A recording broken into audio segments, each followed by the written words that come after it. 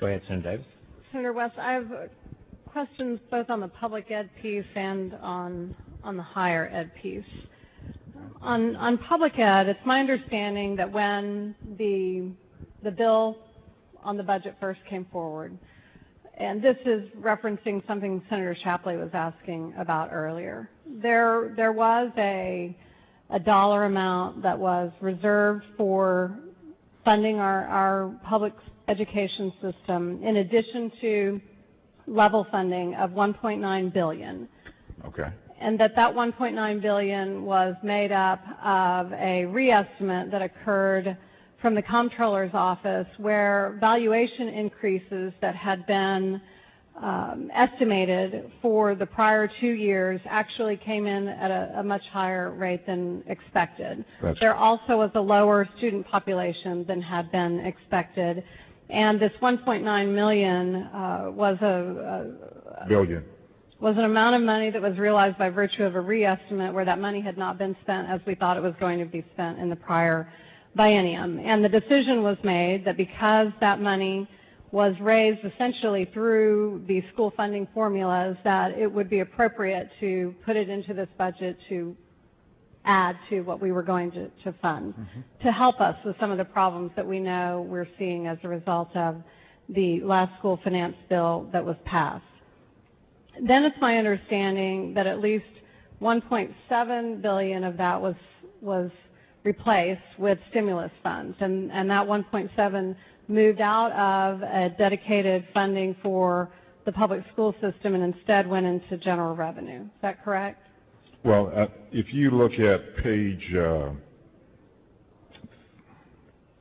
you look at Article 12.3 on page 3, what ended up happening, you can, in terms of all of the method of financing, how much money actually left and how much money came in, you'll see that $2.5 million of general revenue left, and we used $4.8 billion of stimulus money, which ended up increasing the method of financing being about $2.2 billion, $62 billion. And item 9 on that page is that $1.7 billion that went into the foundation school program that had initially been funded through that $1.9 billion from the comptroller's reestimate. Is that correct? What you look at is this, as relates to about $3 billion of the stimulus money went into the foundation school program in order to make certain that we maintain the level of support that we were required to do by the Secretary of Education. I understand that. My question really is more to the 1.9 that had initially been reserved from that reestimate for purposes of funding public education. Okay.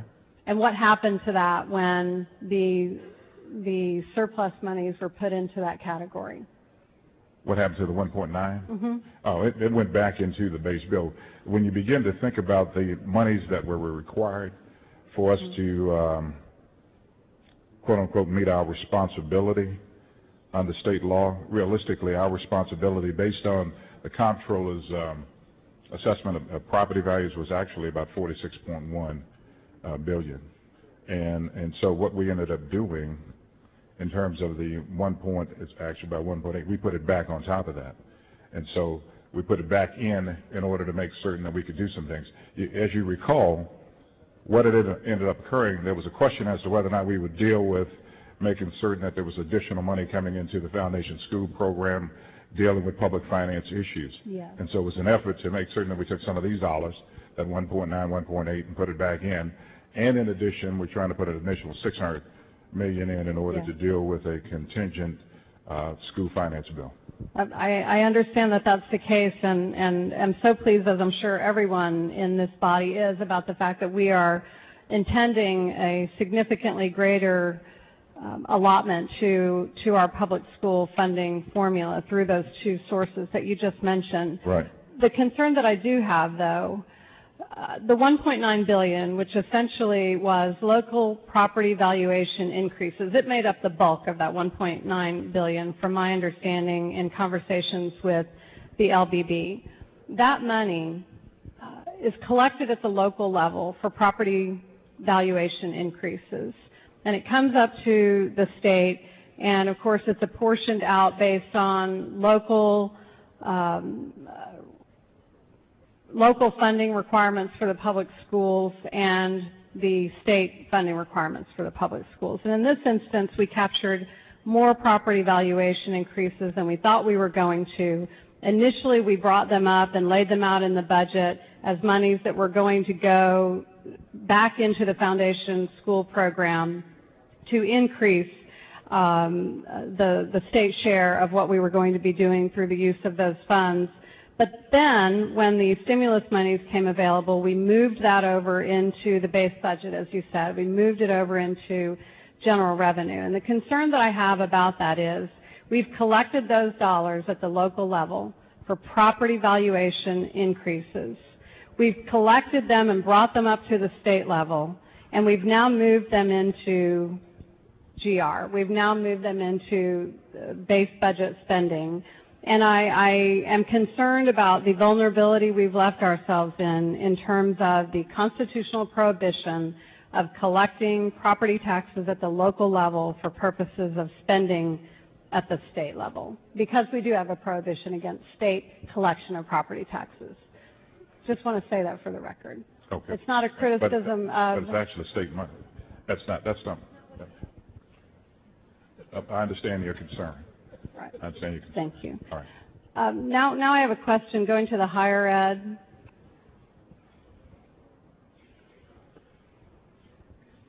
Senator Ogden, for purpose, your eyes. Can I respond to Senator Senator West, you yield to Senator Ogden? Well, yes, I will. Senator Davis, I was listening very carefully to your questions, and I want to basically congratulate you for your understanding of a very, very complicated issue, and I thought your questions were good.